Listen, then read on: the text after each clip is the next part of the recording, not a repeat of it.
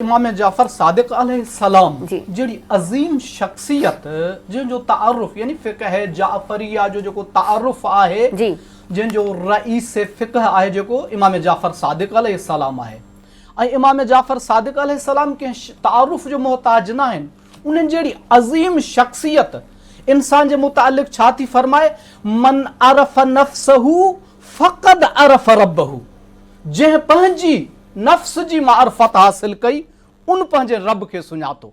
हिते नफ्स मां मुराद छा आहे? नफ्स मां मुराद यानी पंहिंजी मारिफत हासिल करण, सही पंहिंजी ज़ात खे सुञाणण, पंहिंजी हक़ीक़त खे सुञाणण। उहा हक़ीक़त जेका इंसान जे अंदर पोशीदा आहे उन हक़ीक़त जी जंहिं मारिफत रखी उन अल्लाह खे सुञातो। सुभान अल्लाह।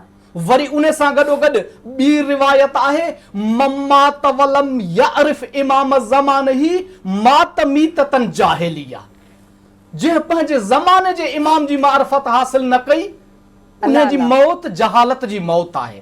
हाणे तव्हां इन खे पाण सां इन रिवायात खे पाण सां अगरि जोड़ींदव, पाण सां ॻंढींदव त नतीजो हासिल थी वेंदो।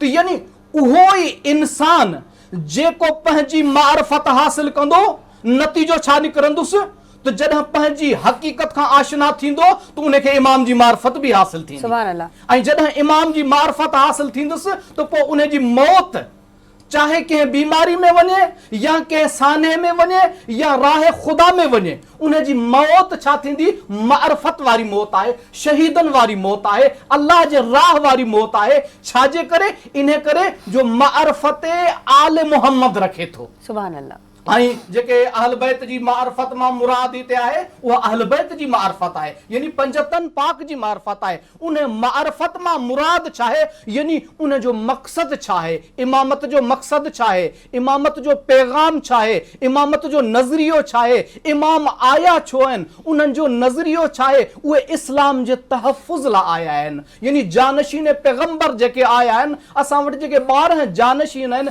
इमाम अली मौलाए कायनात अमीर अल मोमिनीन अली इब्न अबी तालिब अलैहिस्सलाम खां वठी इमाम ज़माना इमाम महदी अलैहिस्सलाम ताईं जेके इमाम हसन अस्करी अलैहिस्सलाम जा फर्ज़ंद आहिनि ऐं पर्दे ग़ैबत में आहिनि ऐं ग़ैबत में रही करे इंसानियत जी हिदायत लाइ सरचश्मे हिदायत आहिनि। उन्हनि जो मक़सद इहो आहे त इंसान खे उन इंसानी मेराज ताईं पहुचाइण लाइ आया। सुभान अल्लाह, सुभान अल्लाह। मौलाना ग़ुलाम नबी साहब, तमाम बेहतरीन फरमाया।